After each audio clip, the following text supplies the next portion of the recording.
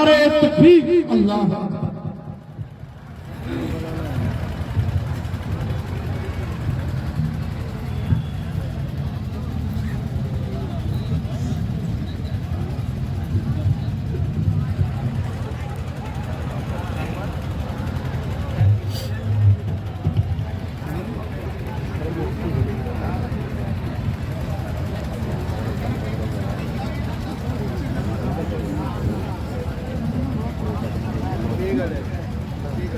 السلام علیکم ورحمۃ اللہ وبرکاتہ۔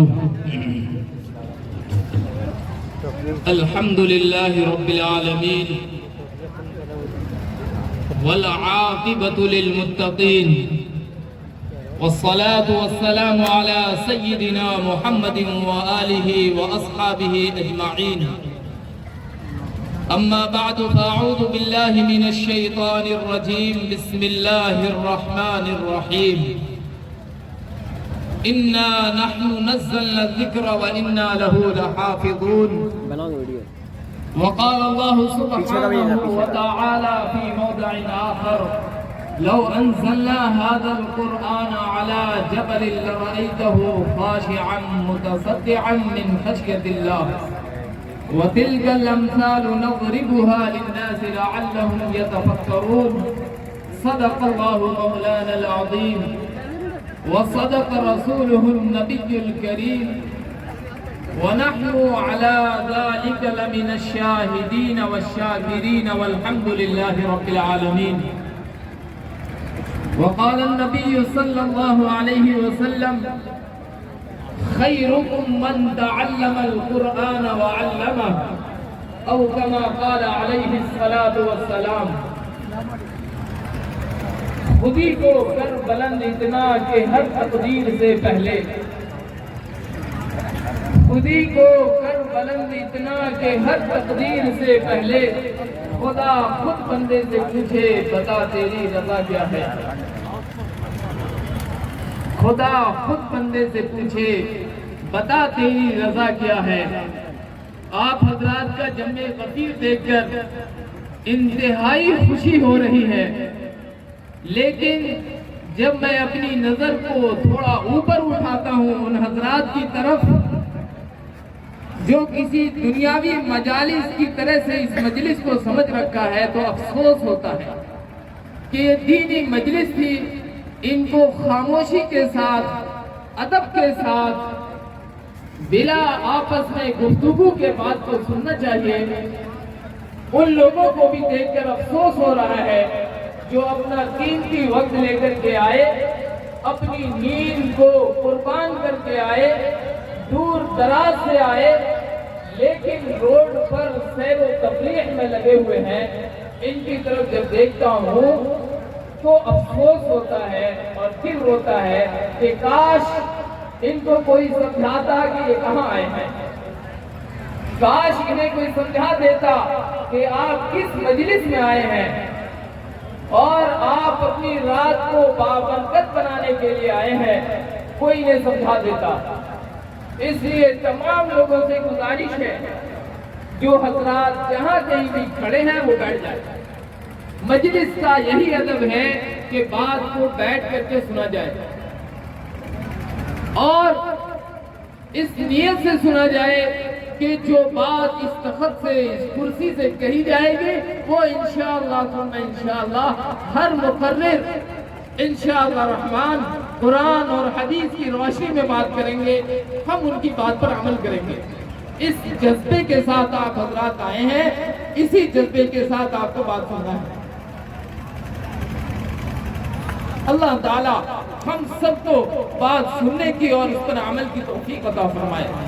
دوسری گزارش جو مجھے آپ حضرات سے کرنی ہے وہ یہ ہے کہ جس طرح آپ کا ٹھاٹے مارتا ہوا سمندر اس وقت موجود ہے، سارے حضرات ارادہ کریں کہ اخیر تک جب تک دعا نہیں ہو جائے گی ہم سارے حضرات اسی طرح سے بیٹھے رہیں گے انشاءاللہ۔ سب ارادہ کرتے ہیں انشاءاللہ، ہاتھ اٹھا کے ارادہ کریں کہ سارے لوگ انشاءاللہ خاموشی کے ساتھ بیٹھ کے جلسے کے اخیر تک بات کو سنیں گے۔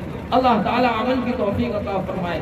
میں تو بس ویسے ہی درمیان میں آ گیا، اصل مقرر حضرات آپ کے سامنے آئیں گے، وہ بات کریں گے۔ میں نے قرآن مجید کی ایک آیت پڑھی، اس کے بعد دوسری آیت پڑھی، پھر اس کے بعد میں نے ایک حدیث آپ کے سامنے پیش کی۔ سب سے پہلے میں قرآن مجید کی اس آیت کو سامنے رکھتا ہوں جس میں اللہ رب العزت نے ارشاد فرمایا اِنَّا نَحْنُ نَزَّلْنَا الذِّكْرَ وَإِنَّا لَهُ لَحَافِظُونَ۔ ہم نے اس قرآن کو نازل کیا۔ کون کہہ رہا؟ میری عادت اصل میں بلوا کر کے بولنے کی ہے، اس لیے گستاخی کی معافی کے ساتھ آپ سارے حضرات ہمارے ساتھ بولیں گے۔ اللہ رب العزت نے ارشاد فرمایا اِنَّا نَحْنُ نَزَّلْنَا الذِّكْرَ، ہم نے اس قرآن کو نازل کیا۔ کس نے نازل کیا؟ اللہ نے نازل کیا۔ آپ سارے حضرات بولیے، کس نے نازل کیا ہے؟ سارا مجمع بولے، کوئی زبان خاموش نہ رہے۔ کس نے نازل کیا ہے؟ اللہ نے نازل کیا ہے۔ اللہ کہتا ہے ہم نے اس قرآن کو نازل کیا ہے، وَإِنَّا لَهُ لَحَافِظُونَ، ہم ہی اس قرآن کی حفاظت کریں گے۔ اس قرآن کی حفاظت کون کرے گا؟ اس قرآن کی حفاظت اللہ کرے گا۔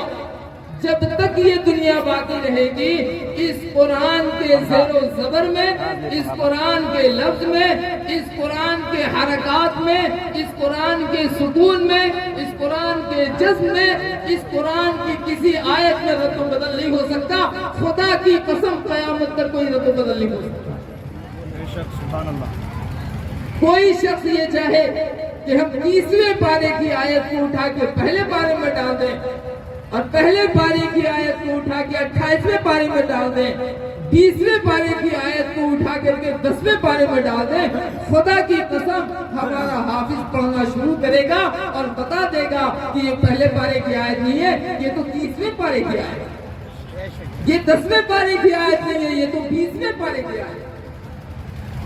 یہ کون بتائے گا؟ یہ حافظ بتائے گا، جس کے سینے میں قرآن محفوظ ہے، جس کو اللہ نے قرآن کے یاد کرنے کے لیے چنا ہے، آسمان میں اعلان کیا ہے، فرشتوں کو کہا ہے کہ اس کے والدین کے دلوں پر جا کر دستک لگاؤ کہ یہ اپنے اس بچے کو، جس کا نام عبداللہ ہے، جس کا نام عبد الصمد ہے، جس کا نام محمد ہے، جس کا نام عبداللہ ہے، اس کے ماں باپ کے سینے پر اور دل پر اور دماغ پر جا کر دستک لگاؤ کہ یہ اس بچے کو مدرسے میں لے جا کے پہنچائے تاکہ یہ بچہ قرآن کا حافظ بن جائے۔ فرشتے اس کے ماں باپ کے دل پر، اس کے گھر والوں کے دل پر دستک لگاتے ہیں، پھر ان کے والدین کے دل میں بات پیدا ہوتی ہے اور دل کے اندر شوق پیدا ہوتا ہے کہ ہم بھی اپنے بچے کو حافظ بنائیں گے۔ بس ایک ارادہ ہوتا ہے، لے جا کے پہنچا دیتے ہیں۔ خدا کی قسم ان کو نہیں معلوم ہوتا کہ ایک حافظ کا کیا مرتبہ ہے، ایک حافظ کا کیا مقام ہے، ایک قرآن کے یاد کر لینے والے کا کیا مقام ہے اللہ رب العزت کیا، انہیں نہیں معلوم۔ لیکن فرشتے کے دستک صرف لگا دینے کی وجہ سے یہ اپنے بچے کو مدرسے میں پہنچا دیتے ہیں۔ یہ بچہ مدرسے میں پہنچ جاتا ہے، قرآن کی تعلیم شروع کر دیتا ہے۔ اگر ان کے والدین میں سے کوئی ایک یا دونوں، ایسا بہت ہوتا ہے، ہمارے بھی والد دنیا میں چھوڑ کے چلے گئے، کوئی دنیا میں رہنے کے لیے نہیں آتا۔ مدرسے کے اندر بہت سارے بچے ایسے ہوتے ہیں جو یتیم ہوتے ہیں، جن کے ماں باپ نابالغ ہونے کی حالت میں ان کو چھوڑ کے چلے جاتے ہیں، لیکن ان کے بھائی، ان کی بہن، ان کے رشتہ دار، ان کے چاچا، ان کے تاؤ ان کو لے جا کے مدرسے میں پہنچاتے ہیں۔ اگر اس بچے کے والدین اللہ کی مان کر کے نہیں گئے، اللہ کے رسول کے طریقے پر اپنی زندگی کو گزار کر کے نہیں گئے، کسی وجہ سے اگر ان کی پکڑ ہو جاتی ہے، اللہ کی اللہ معاف فرمائے، یہ بچہ اپنے گھر سے نکل کے مدرسے میں پہنچتا ہے، آج استاذ کی خدمت میں آیا ہے، آج استاذ کے درس میں بیٹھتا ہے، استاذ اس کو پڑھاتا ہے، پڑھو بسم اللہ الرحمن الرحیم، کیا پڑھو؟ بولیے کیا پڑھو؟ سارے حضرات بولیے کیا پڑھو؟ بسم اللہ الرحمن الرحیم۔ اور اس کے باپ کو، اس کی ماں کو قبر میں عذاب ہو رہا ہوتا ہے، اللہ فرشتوں سے کہتا ہے، اللہ کی رحمت جوش میں آ جاتی ہے، اللہ فرشتوں سے کہتا ہے دیکھو وہ یتیم بچہ، وہ چھوٹا سا بچہ مجھے رحمان اور رحیم کہہ کے زمین پر پکار رہا ہے، اے فرشتوں اس کے ماں باپ کو عذاب ہو رہا ہے، ابھی جاؤ، فوراً جاؤ اور جا کے عذاب کو روکو۔ آپ نہیں جانتے ہیں، ہم نہیں جانتے ہیں اس کا کیا مرتبہ ہے۔ آج یہ بچہ مدرسے میں قدم رکھا ہے، بسم اللہ الرحمن الرحیم پڑھا ہے، اس کی وجہ سے اللہ نے ہونے والے عذاب کو روک دیا ہے۔ جب یہ بچہ پورا قرآن یاد کر لے گا، اللہ کیا مقام دے گا ان کے ماں باپ کو، ہم نے نہیں جانا ہے، ہم نے نہیں جانا ہے۔ ہم نے ان حفاظ کو، ان مدرسے میں پڑھنے والے طلبہ کو، ان علماء کو، ان قرہ کو، ان مشائخ کو اگر دیکھا ہے تو حقارت کی نگاہ سے دیکھا ہے۔ خدا کی قسم آپ سب سے گزارش ہے، اپنی نظر کو بدلیے، اپنی نظر کو بدلیے۔ اللہ نے ان کو چنا ہے، تب اللہ نے ان کو حافظ بنایا ہے، قاری بنایا ہے، عالم بنایا ہے، مشائخ بنایا ہے۔ یہ اللہ کے چنندہ لوگ ہیں، اللہ نے ان کو چنا ہے۔ اگر اللہ نہیں چنتا، نہ یہ حافظ بنتے، نہ یہ عالم بنتے، نہ یہ قاری بنتے، نہ یہ مشائخ بنتے۔ اللہ نے چنا ہے، جب جا کر کے یہ حافظ بھی بنے، قاری بھی بنے، عالم بھی بنے، مشائخ بھی بنے۔ اور یہی ہے اللہ کی فوج، یہی لوگ ہیں اللہ کی فوج۔ کون ہے اللہ کی فوج؟ یہ حافظ اللہ کی فوج ہے، یہ قاری اللہ کی فوج ہے، یہ عالم اللہ کی فوج ہے، یہ مشائخ اللہ کی فوج ہے۔ اللہ رب العزت ان کے ذریعے سے اپنے قرآن کی حفاظت کرواتا ہے۔ کسی ملک کا بادشاہ ملک کی حفاظت خود نہیں کرتا ہے، بلکہ پڑھے لکھوں کا ایک طبقہ لیتا ہے، اس کو اپنی فوج میں داخل کرتا ہے، اس کے ذریعے سے اپنے ملک کی حفاظت کرواتا ہے۔ ایسے ہی اللہ رب العزت اپنے دین کی، اپنی شریعت کی، محمد رسول اللہ کی زندگی کی، قرآن مجید کی، قرآن کی آیات کی، قرآن کے معارف کی، قرآن کے الفاظ کی، قرآن کے حروف کی، ان حفاظ سے، ان قرہ سے، ان علماء سے، ان مشائخ سے حفاظت کرواتا ہے۔ اس لیے آپ سب سے گزارش ہے، آپ سارے حضرات جتنے یہاں بیٹھے ہیں، جن جن تک میری آواز پہنچ رہی ہے، ان ماں اور بہنوں سے بھی میری گزارش ہے جو پردے کے اندر ہے، سب سے ہماری گزارش ہے، سب سے ہماری گزارش ہے، سب سے ہماری گزارش ہے کہ آج ارادہ کریں کہ اپنے بچے کو حافظ بنائیں گے، اپنے بچے کو عالم بنائیں گے، اپنے بچے کو قاری بنائیں گے، اپنے بچے کو مشائخ بنائیں گے۔ خدا کی قسم یہ ہمارے لیے ذریعہ نجات ہے۔ ایک بچہ حافظ ہو جاتا ہے، ایک بچہ جب حافظ ہو جاتا ہے تو 10 ایسے لوگوں کی مغفرت کا ذریعہ بنتا ہے، 10 ایسے لوگوں کی سفارش کا ذریعہ بنتا ہے جن کے لیے اللہ رب پر اللہ کا غصہ ہوتا ہے، جن سے اللہ ناراض ہوتا ہے، ان کی زندگی کی وجہ سے، جو انہوں نے اپنی حیات زندگی میں اللہ کی نافرمانی کی، رسول اللہ کے طریقے کی نافرمانی کی ہے، اس کی وجہ سے اللہ ناراض ہوتا ہے، اس پر اللہ کا حاریت کا وعدہ فرماتا ہے، اللہ کا اس پر غصہ ہوتا ہے۔ لیکن اس کے باوجود، اللہ کا اتنا غصہ ہونے کے باوجود، جب یہ قرآن کا حافظ، جب یہ عالم اللہ کے دربار میں جاتا ہے، اے اللہ یہ تو میرے والد ہیں، یہ تو میری ماں ہے، یہ تو میرے بھائی ہے، یہ تو میرے چاچا ہے، یہ تو میرے دادا ہے، یہ تو میرے تاؤ ہے، اے اللہ تو نے ان کے لیے جہنم کے فیصلے کر دیا، اے اللہ تو ان کو جہنم سے بچا لے، تو ان کی سفارش کو، تو ان کے حق میں میری سفارش کو قبول فرما لے، تو ان کے لیے جنت کے فیصلے فرما دے۔ اللہ کہتا ہے تیری سفارش کو میں قبول۔ ایک دنیا دار ہو، ایک دنیا دار ہو، اگر اس کو غصہ آ جائے،